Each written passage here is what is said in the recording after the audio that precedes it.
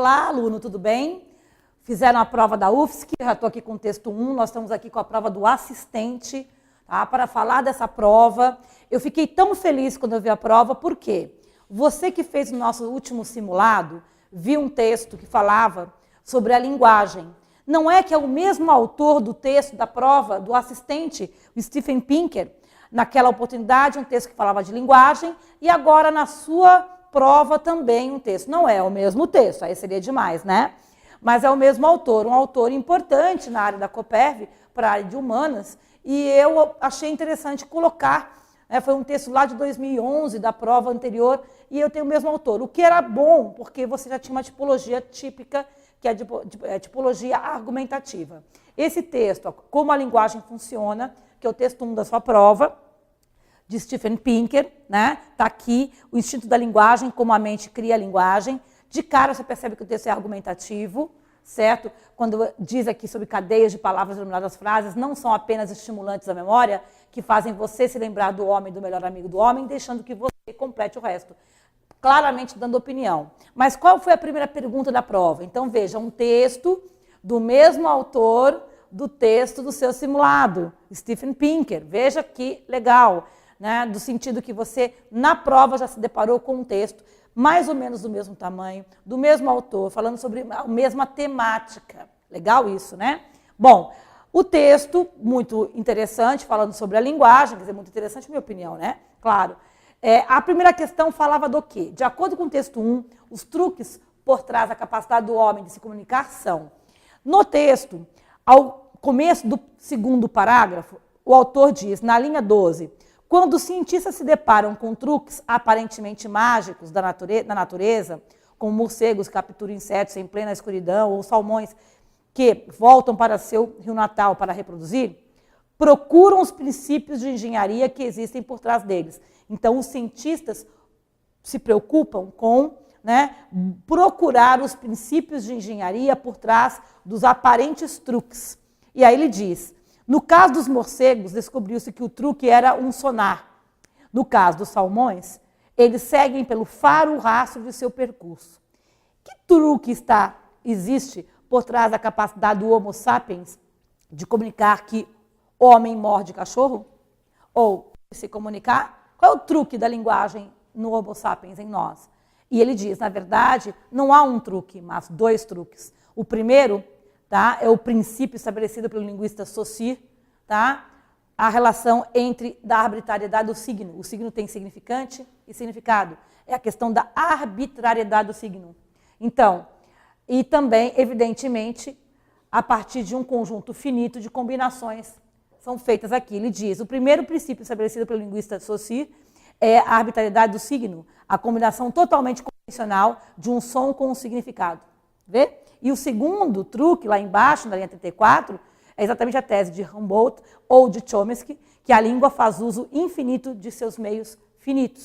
Com meios finitos, com um alfabeto finito, conseguimos fazer, né, inúmeras e infinitas combinações possíveis. Portanto, é a alternativa B. Não existe inexistência de truques, porque há dois truques, ele claramente explicita. C, o sonar e o rastro é para o salmão e para... o golfinho, é isso? Desculpa. Não, por morcego, claro. Por morcego e para o salmão. D, a memorização padronizada em notícias de jornal que estimula a memória. Isso ele fala no primeiro parágrafo, não quando ele fala dos truques. E, por fim, o jogo de imagem e ação e as charadas. Na verdade, ele fala isso, tá? Depois, como maneira de você gravar essas combinações finitas. Portanto, é a alternativa B. Tá claro, pessoal? Primeira questão de... interpretação de texto, a segunda também é de interpretação de texto, mais ou menos. A segunda é de reescritura, de paráfrase. Eles tiram um trecho do texto e pedem para você assinalar a alternativa em que melhor parafraseia ou repete este texto. Assinale a alternativa que substitui corretamente o trecho abaixo, retirado do texto 1, sem alteração de sentido. As cadeias de palavras denominadas frases não são apenas estimulantes da memória, tá? Que fazem você se lembrar do homem e do melhor amigo do homem, deixando que você complete o resto. Então, se elas não são apenas isso, são o quê? Na verdade, as frases lhe dizem quem fez o quê para quem. Então, você vai ter que pegar a alternativa que melhor, tá, reproduza isso. Então, vamos dar uma olhadinha? Alternativa A. as sequências de palavras não estimulam a memória. Tá? Lá diz que as cadeias de palavras denominadas frases não são apenas estimulantes de memória. Então, estimula a memória. Então, a alternativa A já está fora. B. As orações não estimulam a memória. A e B você pode parar. Nem leia o resto. Porque diz, não apenas são estimulantes da memória. Então, além de estimular a memória, fazem mais o quê? C. As frases não se limitam a estimular a memória, permitindo que você se lembre do homem e do cachorro e que continue a história deste ponto. O que, de fato, elas fazem é informar quem realizou o que para quem. É perfeita. Ela parafraseia perfeitamente o dizer de cima. Por que a D e E estão erradas? As cadeias de palavras denominadas frases são estimulantes da memória, que fazem você se lembrar do homem, do melhor amigo do homem, dando autorização para que você complete o resto. Além disso, elas lhe dizem quem fez o que. Qual é o problema dessa que é parecida com a anterior? Se você marcou essa... Quando eu digo que algo não apenas faz isso, mas também aquilo, eu estou enfatizando que aqui, olha o implícito, o autor está dizendo que as cadeias de palavras não são apenas estimulantes da memória. O mais importante não é isso. Apesar de estimular a memória, o mais importante é exatamente o que vem depois, tá? Que é exatamente, na verdade, elas lhe dizem quem fez o que e para quem. Então, existe ali uma relação de subordinação de ideias. A ideia principal aqui, tá? Não é estimular a ideia, estimular a memória, desculpa. Tá claro? Então, a D, ela erra na sutileza. Claro, do ponto de vista também, deixa eu só voltar aqui, da norma culta, será que tem algum prejuízo? As cadeias de palavras das frases são estimulantes da memória que fazem você se lembrar do homem e do melhor amigo do homem. Tá? Note, né? Dando autorização para que você complete o resto. Se você olhar o enunciado original, tá? Deixando que você complete o resto. Dando autorização também não está legal nem no gerúndio e nem dar autorização também. Há outros aspectos que deixam a D fora. E aí, as frases não são estimulantes da memória? Claro que são. Então, você teria ficado entre C e D só, porque ambas dizem que as frases são estimulantes da memória e ambas dizem que, além disso, fazem outra coisa. Só que a C, no caso, ela trabalha com a hierarquia, assim como no texto original, enquanto que a D não. Além disso, a D coloca uma informação que não estava no original, que é o dar autorização, tá? Ainda com um gerúndio ali, com uma coesãozinha ruim, tá bom? Bom, questão 3, agora nós temos uma questão de pontuação. Essa questão eu achei bem legal. Para quem viu as minhas aulas, sabe que eu disse, vocês não precisam saber todas as alternativas, desde que você saiba algumas, e vá ao gabarito e desempate essa questão 3, tá? Aqui há as frases, certo? Do outro lado tem uma coluna B, que está aqui no nosso slide. Vamos direto à coluna B. Separar termos coordenados em uma mesma oração. Separar orações que relacionam ideias adversativas. Você decorou a tabelinha de conjunções e sabe que a conjunção mas, porém, entretanto, todavia, ela vem antecedida de vírgula. Que tal começar por aí? Poderia ser uma boa, porque este item é um item relativamente simples. Qual a alternativa em que tem o mas? Tá? Ou, porém, gente, tem um mas na 3, ó. A palavra cachorro não se parece com um cachorro, mas, mesmo assim, significa cachorro. Então, o item 3, vai lá, o item 3 estaria aqui. Então, você já teria a A e a C. Desculpa, isso? O item 3, adversativa, é a segunda, isso? Você teria a A e a C. O resto já teria sido eliminado. Entre a A e a C, note que é 4, 3 e 4, 3, certo? Então, é a partir daqui que você vai definir, né? Os 3 últimos casos, digamos assim. Então, poderíamos ler já direto a partir do terceiro item.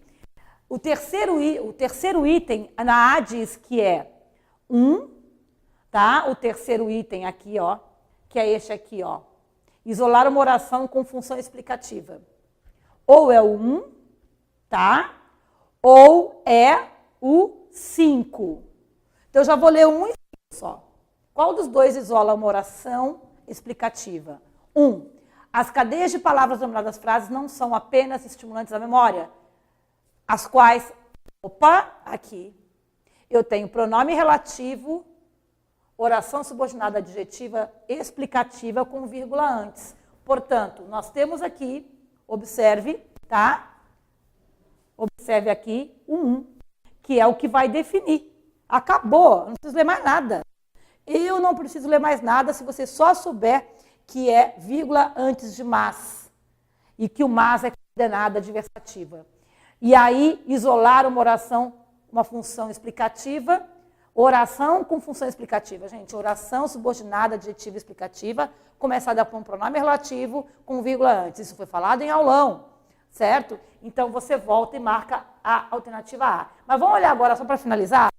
Né? Então, aqui você já sabe que é uma oração subordinada adjetiva explicativa. Na 2, é um processo que desafia de tal forma a inventividade, tão comunicamente infalível que, separando uma oração subordinada. Vamos dar uma olhadinha lá depois no estoque, né, da coluna 2 para ver o que nós temos. Na 3 já vimos que é o mas. 4, você tem aqui na 4 uma enumeração, que cachorro, homem e morde são combinados. Então, aqui eu tenho uma enumeração, certo? E na 5, no caso dos morcegos, vírgula, eu tenho um termo deslocado. Então, olhando as alternativas seguintes, né, observe, você tem aqui, tá? Separar termos coordenados em uma mesma oração, certo? Você tem separar orações ideias adversativas, já vimos qual é. Já vimos a função explicativa, demarcar um termo deslocado na oração. Este item aqui é o último que lemos, tá? Não vou botar não, aqui, ó. No caso dos morcegos, vírgula, tá? E o item 2, que é o último, certo? Aqui seria isolar uma expressão com função explicativa. Deixa eu voltar ao item 2. É um processo que desafia de tal forma a inventividade, entre vírgulas, tão comicamente falível, esse tão comicamente falível, está explicando, não é uma oração, mas está explicando o termo anterior. Tá claro? Então, eu tenho um termo entre vírgulas explicando o termo anterior. Não chega a ser uma oração. Então, não confunda, tá? Isolar oração explicativa, tá? De isolar uma expressão com função explicativa. Eu falei isso em aula, certo? Uma situação é uma expressão sem verbo explicativo, outra é uma oração. Então, ficou exatamente este o gabarito.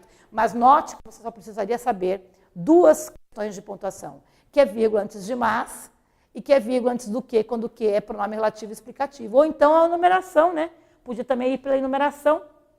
Será termos coordenados em uma mesma oração. Que são termos coordenados em uma mesma oração? Enumeração, João, Pedro e José. Tá bom?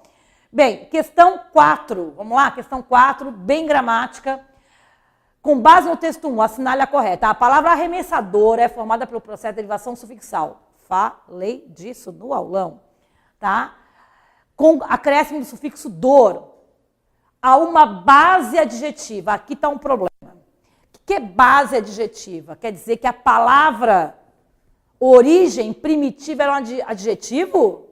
Não, era arremessar. A base, a origem era um verbo. A base é a origem. Tá claro? O sufixo, na verdade, tá? Tudo bem, é um sufixo, derivação sufixal, mas eu tenho arremessar, a base é verbal.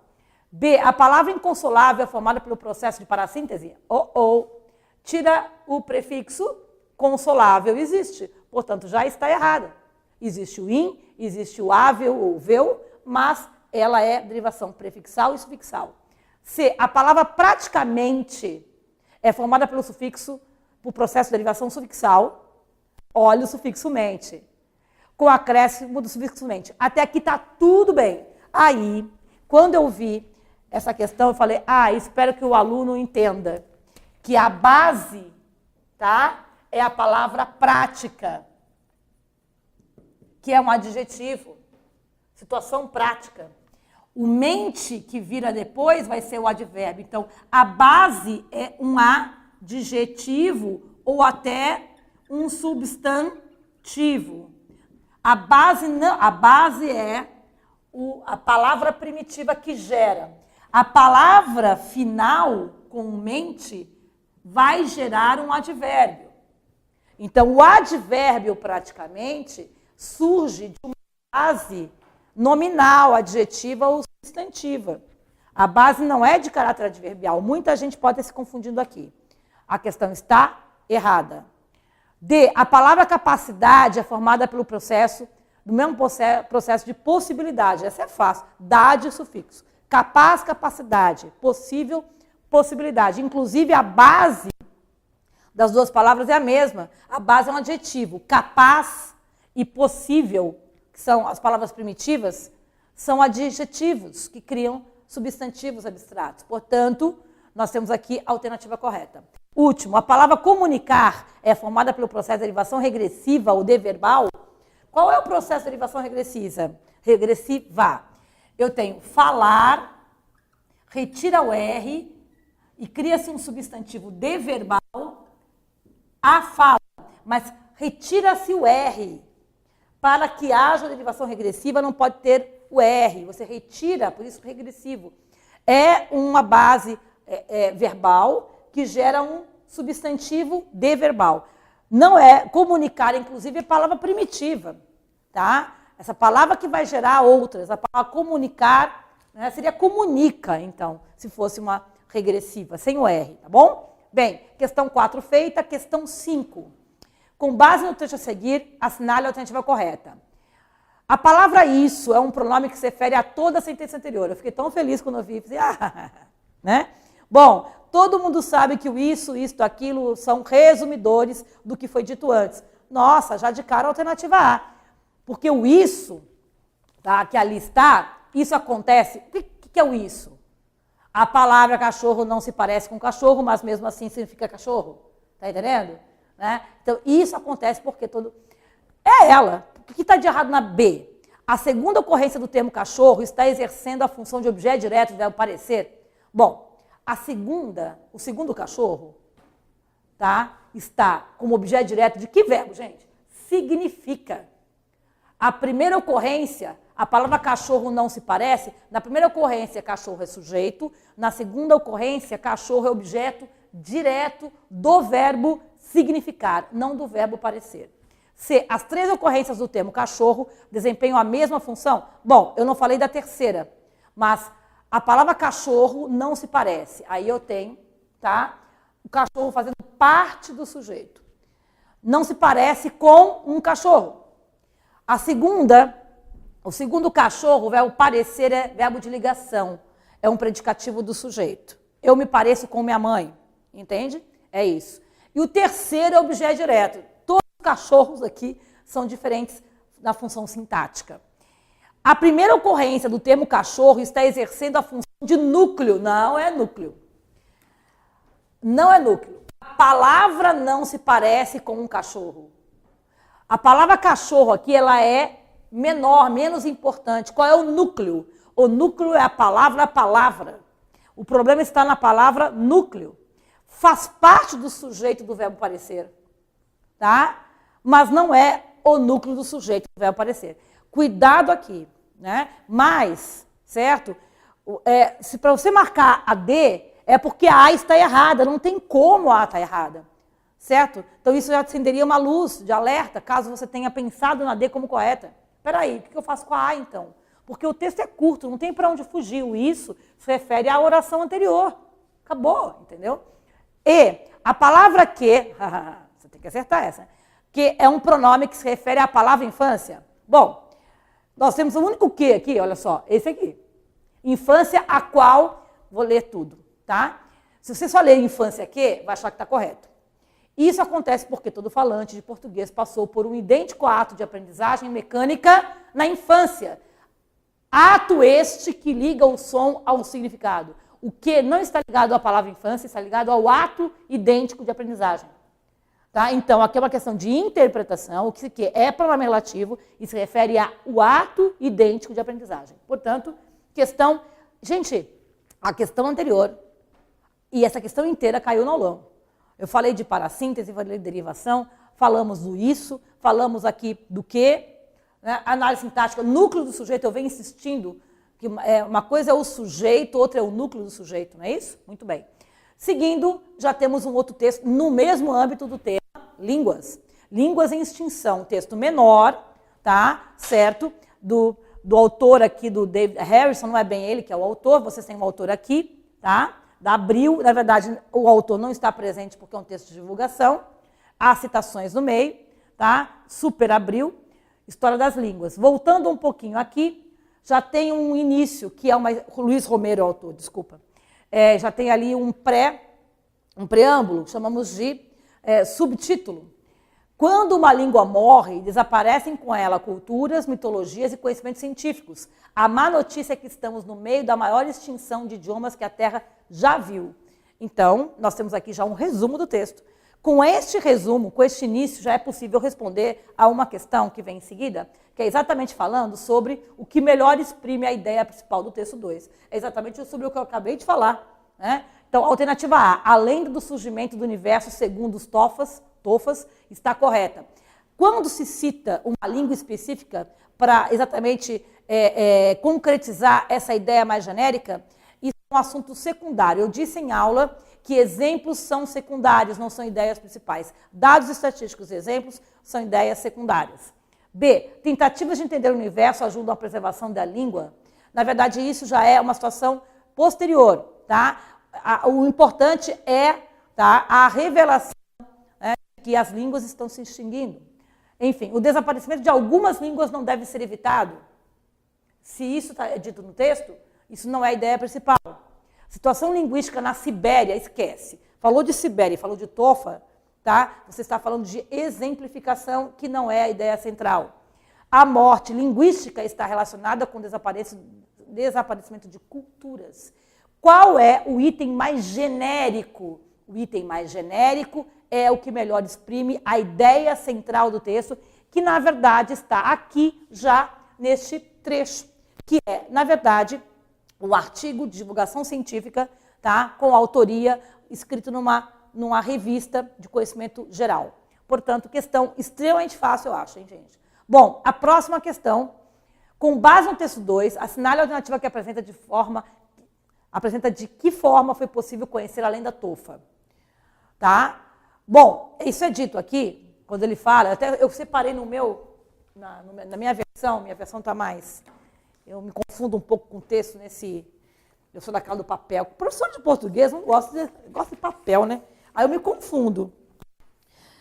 Na verdade, ele diz assim, no último parágrafo, né? Deixa eu ver se está aqui. Hoje sabemos, né, como o mundo dos Tofas surgiu, graças a registros antigos da história. Tá? Envolvia um pato que voava pelo universo. Aí vai a lenda, quem quiser, né? Porque se você não fez a prova sabendo nessa explicação, vai ler. Você que fez a prova conhece a lenda Tofa, né? Certo? Pela prova. Então, claramente, os registros, né? Graças a registros antigos. Ora, gente, então, a lenda Tofa, através do último ancião da tribo, através da pesquisa da equipe de revitalização linguística da Universidade de Califórnia, tá? Através de uma pesquisa da Unesco, através de tentativas de entender o mundo pelos ocidentais, ou através de documentos históricos? Através de documentos históricos, tá? Claramente. Você no texto sabe que foi colocada essa questão, né, vamos voltar bem aqui no início, é colocado aqui claramente que é importante o estudo, tem revitalização linguística, há um centro na Califórnia para isso, a importância dos anciãos nesse processo de manutenção da cultura, tudo isso é válido em termos gerais para as línguas que estão, né, comprometidas quanto à sua permanência, a presença, a permanência no mundo. Então, claro que ancião, os mais velhos, claro que centros como esse de revitalização linguística são importantes na Califórnia. É óbvio que, em termos gerais, você pode pensar que até pesquisas da Unesco, etc. Mas, no caso da língua Tofa, o texto, no último parágrafo, diz especificamente que são os registros históricos. Portanto, é a alternativa E. Bem, questão 8, voltamos para o português. E aí nós temos aqui, norma escrita. A sílaba tônica marca a distinção dos tempos verbais nas palavras conhecerão e passaram. Recentemente, eu coloquei um meme no Instagram, deixa eu apagar aqui, e foi até premonitório. Eu coloquei esse meme, foi no sábado, se não me engano, antes da prova. Os alunos me mandam, eu fico muito feliz quando os alunos me mandam essas pérolas da internet, né, de erros de português, Twitter. E era algo assim, eu vou errar o português. Roubaram, deveria ser roubaram, mas a pessoa escreveu, roubarão minha casa. Levarão tudo. A pessoa que escreveu, obviamente, tá, confundiu o levarão, que é futuro, com levaram. Levarão Aí havia um comentário embaixo, calma, ainda não aconteceu, você consegue se prevenir, então, né? Tira as coisas de casa. Então, memes, né? Foi premonitório, porque exatamente o que faz uma pessoa com pouca escolaridade errar? Ela não tem essa questão da intuição linguística, da sonoridade. Então, roubaram, a sílaba tônica é paroxítona. Levaram, que faz sentido então o Twitter, se tivesse sido assim escrito, roubaram minha casa, levaram tudo, é a paroxítona. Agora, em conhecerão é oxítona. Então, o que eles estão dizendo, em passaram é paroxítona e conhecerão é oxítona. Gente, é só a sonoridade da palavra. Portanto, a 1 está correta. Bom, nisso eu podia vir aqui para o gabarito e ficasse entre A, B e C, porque aí a D e E estariam erradas. 2, as palavras bretão e ancião são acentuadas por serem paroxítonas terminadas em ditongo nasal. Esquece, pare tudo. Qual é a sílaba mais forte? A última. Logo é oxítona, né, pessoal? É tão óbvio que a 2 está errada, é muito fácil esse item. Então, você, com a 2 errada, veja que você eliminaria a A, a C e a E. Você já teria a B. Porque lembra que nós já tínhamos também eliminado, né, no caso, a D, porque a 1 está correta. Né? Bom, 3. O tio é utilizado para marcar nasalidade, verdade, né, sempre, vocálica nas palavras revitalização, bretão, ancião. Exatamente, é para isso que serve o tio, para nasalização. Gente, essa questão é muito fácil, tá? Desculpa, você pode ter errado, nervosismo, cansaço, sei lá. Mas, em tese, é uma questão para ser fácil. Então, nós temos as alternativas 1 e 3 corretas, ok? Questão 9. Mais gramática, vamos lá, firme e forte? A vírgula no trecho. Desapareceram com ela culturas, mitologias e conhecimentos científicos, exerce a função de separar orações. Não, separar termos da oração. Né? Então, a 1 já está errada. Então, a gente vem para cá. 1 errada? Bacana. Então, tira C e E. Né? 2, a palavra E nos trechos culturas, mitologias e conhecimentos científicos e além da tofa. Exerce função de conjunção aditiva e adversativa, respectivamente. Tá? Será, professora? Eu estou na dúvida em relação a essa questão do E com caráter opositivo. Vou ter que voltar ao texto, ler o texto, nós também aqui. Mas quer uma chance?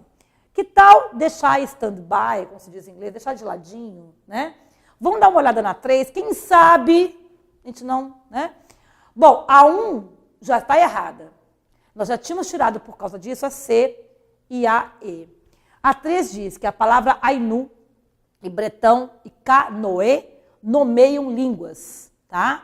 Você verá no texto, aqui as linhas, a gente pode voltar, é só uma questão, se você leu rápido na prova, voltar essas linhas, eu vou pegar aqui a minha versão, para não ficar voltando ali, é ruim, né?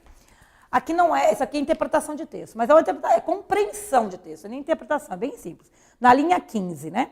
Você diz assim, vou ler um pouquinho antes. Afinal, num mundo cada vez mais urbano e conectado, fica mais fácil sobreviver falando japonês, francês ou português, em vez de Ainu, bretão e canauê.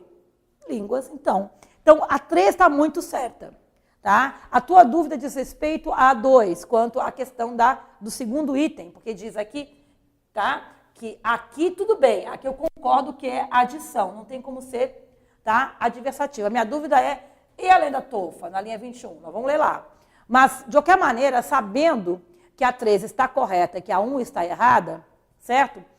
Nós já teríamos tirado, né, a A, certo? Ficaríamos com a B e com a D. Sei que não é muita coisa, a 2 vai ser um desempate mesmo, tá? Mas eu sempre deixo por último para saber quais alternativas eu tenho. Agora a gente vai ler ali mais ou menos onde aparece a linha tofa na linha 21, lendo um pouquinho antes, tá, no texto. Eu vou ler ali a partir da linha 16, por ali, tá? Onde aparece ali Unesco. Segundo uma estimativa da Unesco, como resultado dessa mudança de idiomas pequenos para os grandes, metade das 7.000 línguas que existem hoje no planeta devem silenciar no decorrer deste século. Na verdade, uma língua pode sumir em apenas algumas décadas. No caso dos tofas, idosos ainda lembram algumas palavras em tofalar, mas não passaram esse conhecimento para frente. Logo, a morte do último ancião deve representar a morte do próprio idioma. E além da tofa? Mas e além da tofa? Hoje sabemos como o mundo dos tofas surgiu graças a registros antigos. Então, aqui, realmente, se por um lado está se extinguindo a língua tofalar, por outro lado, porém, entretanto, contudo, todavia, mas a lenda permanecerá por causa dos registros antigos. Então, a língua falada, tofalar, tá? Ela, né, vai se extinguir, é a previsão. Mas, por outro lado, e além da tofa, não. Então, de fato, daria para ter aí um e com caráter adversativo. Essa é uma questão que pode haver recurso, certo? Eu acabei colocando para algumas pessoas essa questão aí, conversando com outros professores. Eu acho que até daria para entrar com recurso, apesar de a maioria dos meus colegas acharem que não dá esse caráter de contradição, tá? Então, ficou a critério. Como eu conversando com os nossos alunos, eu verifiquei que a maioria tinha colocado o gabarito D, eu disse, olha, não acho que há recurso para a prova de assistente. Do administrador tem. Quando eu digo recurso, é uma questão flagrantemente errada. Agora, a interpretação de texto, eu consigo entender que há essa opção. Tá? E além da tofa, hoje sabemos. Além disso, além da tofa, será, né, pode também você usar um além disso, cravando aí uma adição também. Então, função de conjunção aditiva e adversativa, respectivamente, como correta, daria uma ambiguidade de gabarito, como anulação, se você pensar por aí, tá? Acredito que, né, assim como meus colegas, também existe a possibilidade de, além disso, além da tofa, continuará existindo. É o único item da prova inteira que há uma margem mínima de sustentação de um recurso, mas envolvendo uma questão de interpretação que nem os próprios professores têm, criam unanimidade, enfim, em torno dela. Mas eu deixei em aberto. Né? Uma questão controversa é diferente de uma questão que requer recurso, sim.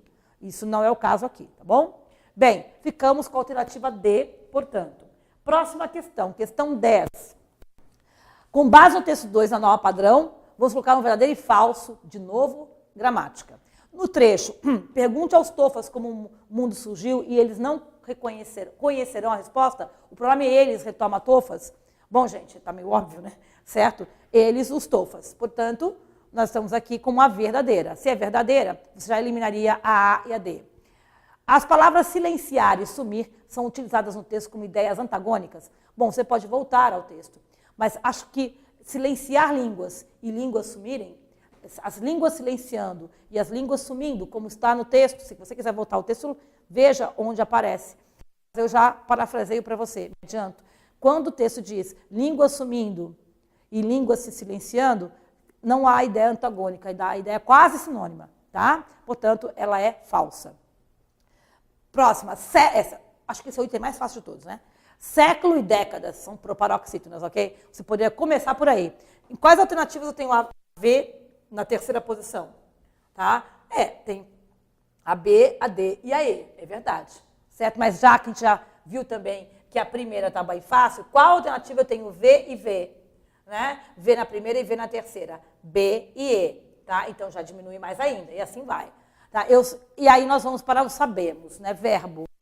Eu falei no aulão, falei em aula, falei depois da revisão, falei em aulão. Verbo, a Copérvia adora cobrar o rótulo, se é pretérito imperfeito, perfeito, da segunda ou da terceira pessoa do singular e plural. Eles adoram isso aí, gente. Então, vamos lá. Sabemos, é o nós. É segunda pessoa? Não. Nós é primeira pessoa. Então, está empregado na segunda pessoa. Segunda pessoa é o tu e o vós. E futuro é futuro. Né? Saberemos, não, sabemos é presente, saberemos é futuro. Então está tudo errado aqui, essa alternativa é bem errada.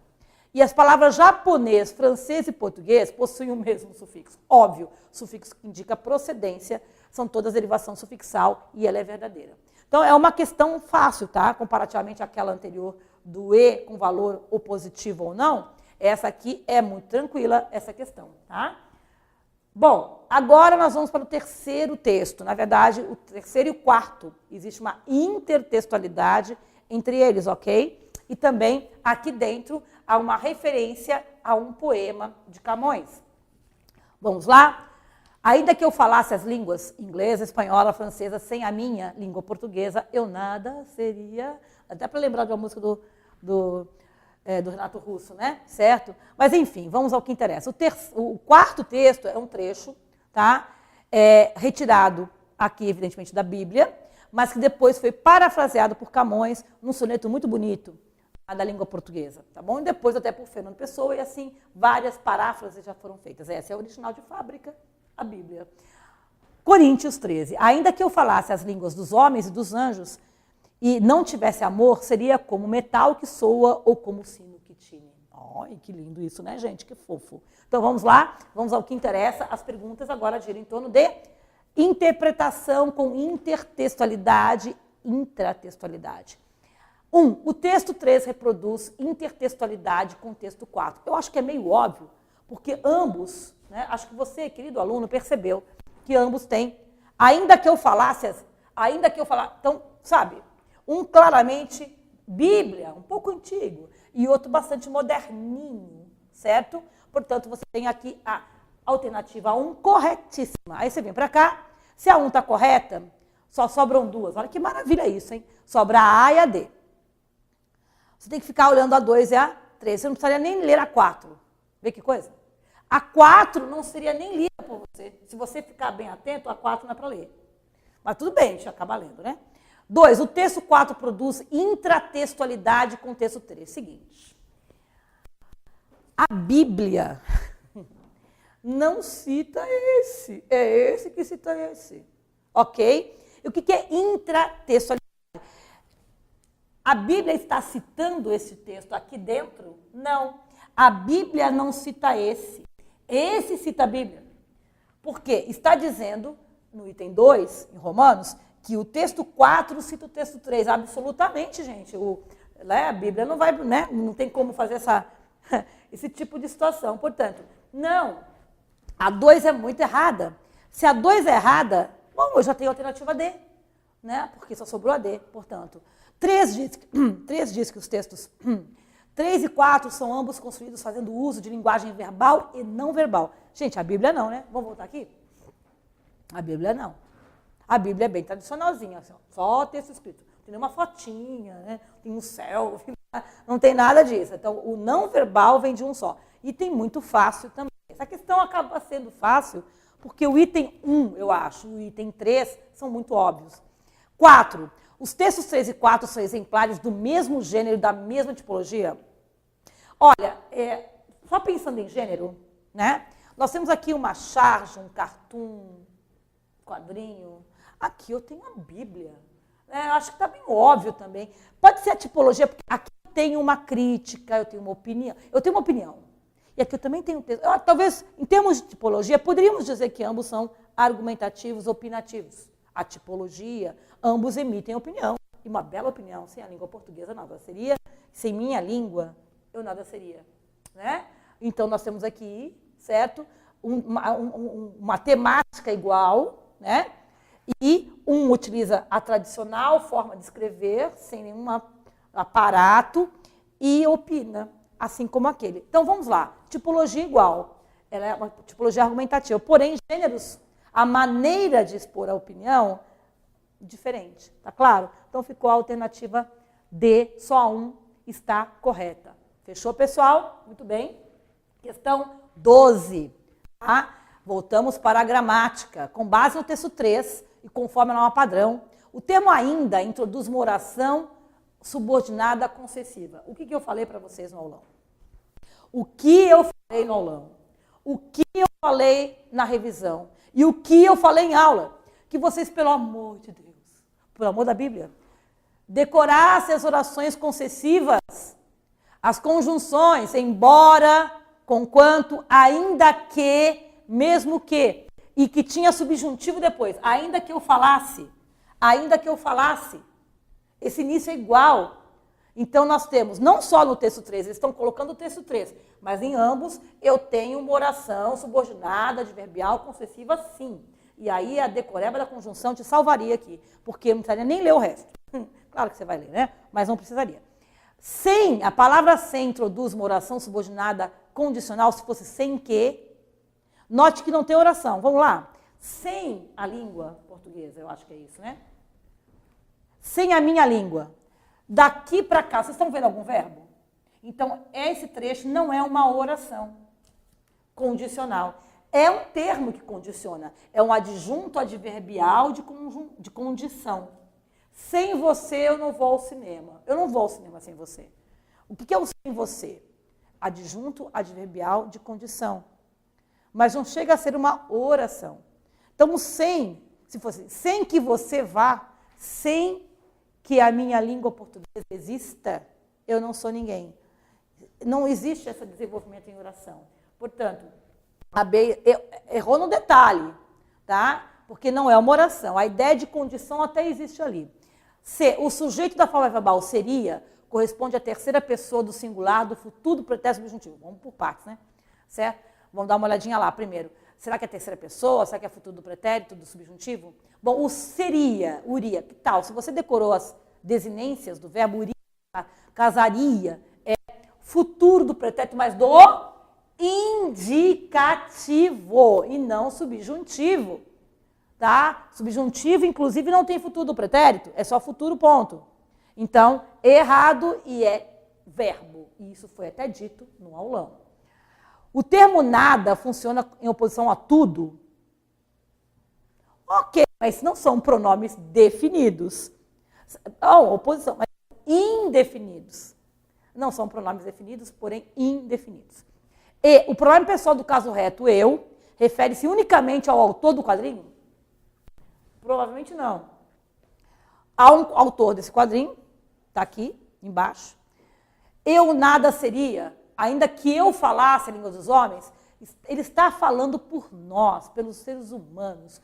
O Homo sapiens tem uma língua que expressa uma cultura, aqui exemplificada pela língua portuguesa. Esse eu é um eu genérico. Eu sou eu, é você, é quem tem escolaridade e quem não tem.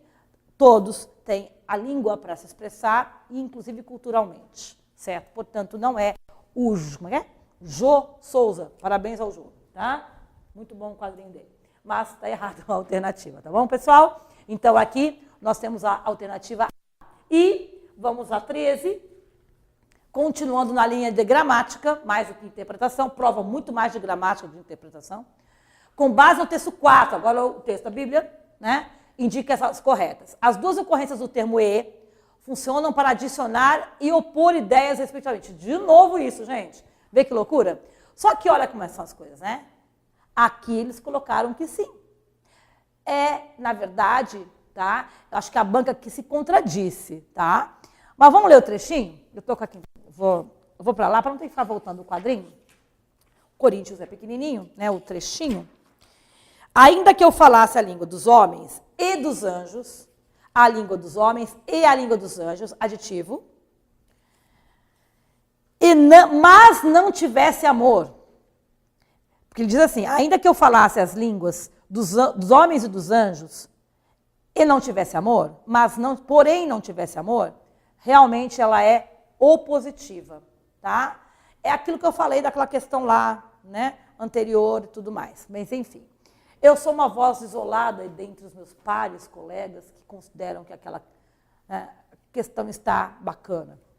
Bom, aí você tem, então é verdadeiro, né? Se é verdadeiro, mas se está em dúvida na prova, é complicado. Será que eu estou enxergando coisas?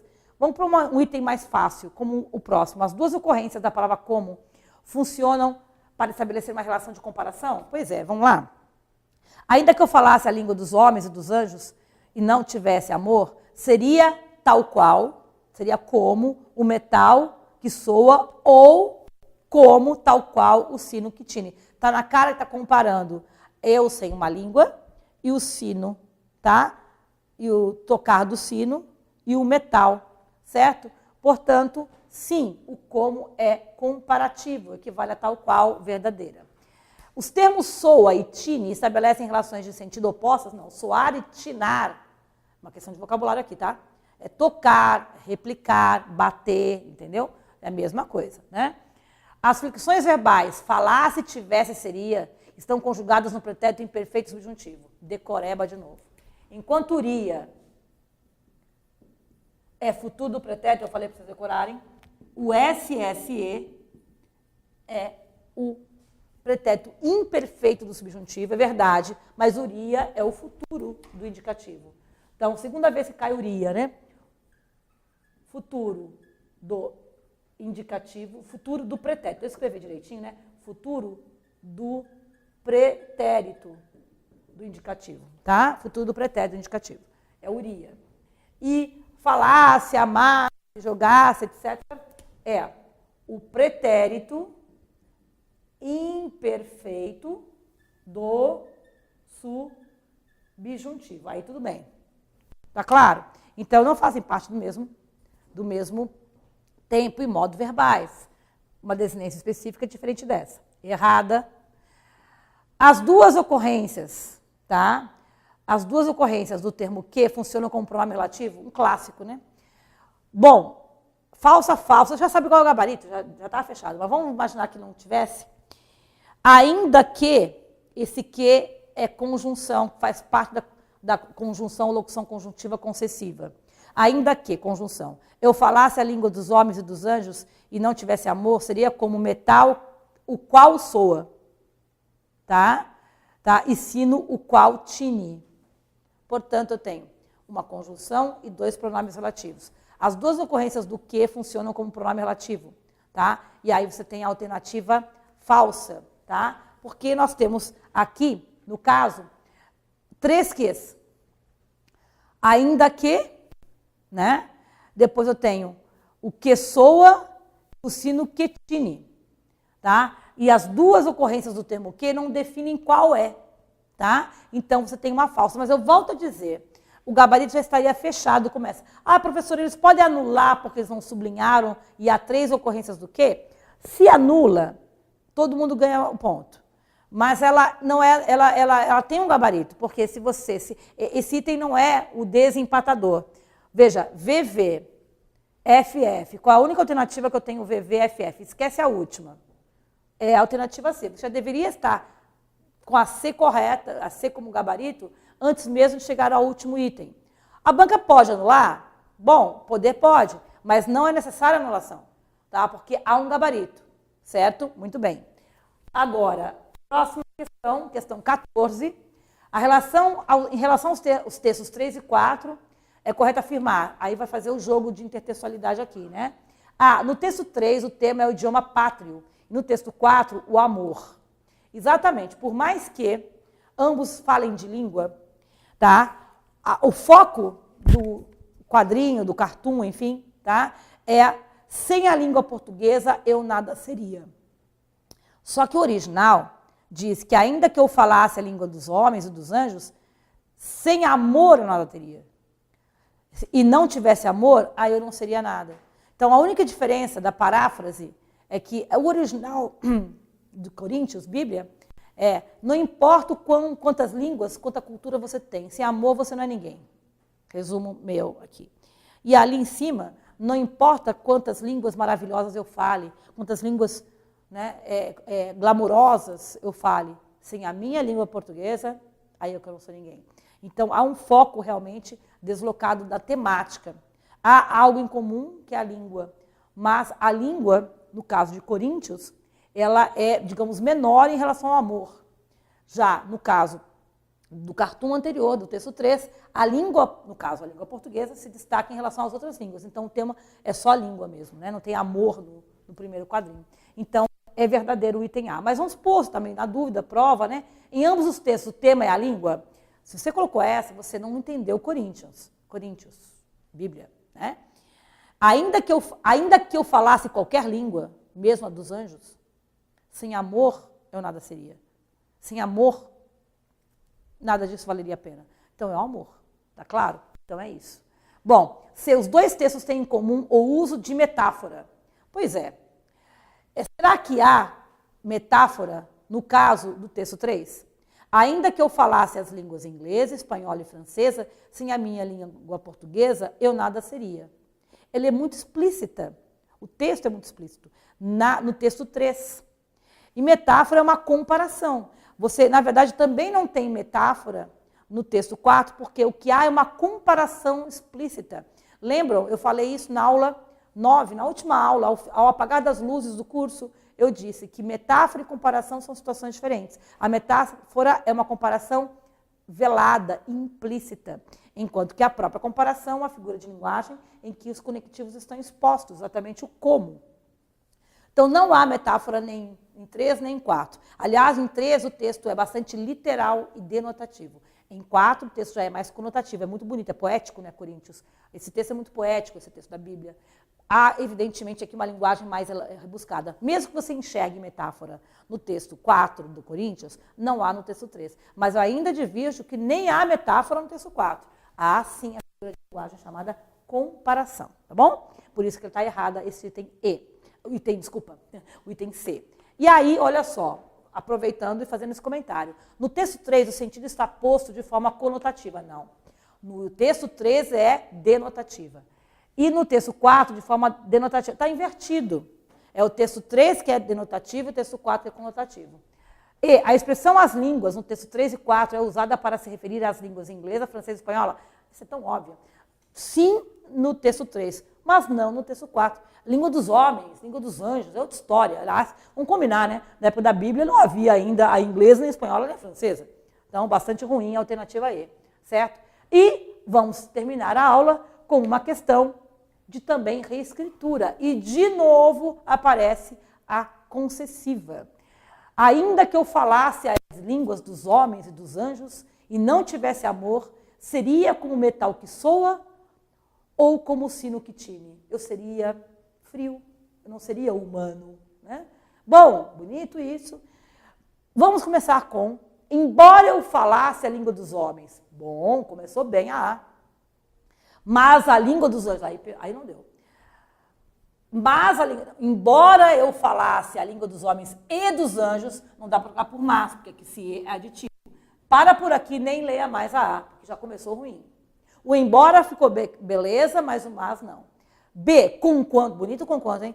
Conquanto eu falasse as línguas dos homens, sendo a língua do... O que é esse sendo? Apareceu aí. Começou bonito, né? Conquanto. Embora conquanto e ainda que, concessivo. Mas o que aquele sendo está fazendo ali? Nem leia o resto, porque sendo a língua dos anjos, também não tivesse... Seria, gente, C, por mais que eu falasse as línguas dos homens, mais que a língua dos anjos... Já percebeu? Que a língua dos homens mais que a dos anjos? Não. A língua dos homens e dos anjos. Tá? Então, também já está fora a C. D, também que eu faço. Isso também está horrível. Porque, embora, conquanto e por mais que, são conjunções que mantêm a semântica da concessiva, da conjunção concessiva. Aqui, não. Também é aditiva. Já nem leia, porque também que eu falasse é horrível. Mesmo que eu falasse as línguas dos homens, mais a língua dos anjos, aquele mais é E, uma mais outra, mas não tivesse amor, seria comparado ao metal que soa ou comparado ao sino que tine. Ah, pronto, é ela. O que é em comum às alternativas A, B, C, E? A perfeita utilização das conjunções concessivas. Ainda que eu falasse, embora eu falasse, conquanto eu falasse, por mais que eu falasse, mesmo que eu falasse. Começaram bem. O erro foi aqui na junção entre a língua dos homens e dos anjos, que aí fomos para a alternativa E, tá bom? Queridos, espero que eu tenha sido clara em relação à prova. Não há nenhum gabarito que tenha que ser trocado. Há a interpretação do E, há o que... Qual deles é, mesmo assim ela acaba ficando falsa de qualquer maneira. Não é uma prova, nossa, para ser 15 questões de português, com tanta elaboração, parabéns para a Coperv, ela entrou dentro das expectativas que nós tínhamos, eu estou bem tranquila quanto às aulas que eu dei nesse sentido. A gente cumpriu com o cronograma, certo? E vocês aqui no caso, né, podem ficar tranquilos quanto à nossa capacidade de tentar, né, passar para vocês o máximo de informação. As pessoas acham que eu sou um pouco rigorosa com essa história de, acho que eu sou muito amiguinha da banca, nunca ter recurso. Não é isso, não. É que, se você for, né, às vezes, entrar com recurso para várias questões, tá, acaba que eles não dão nada.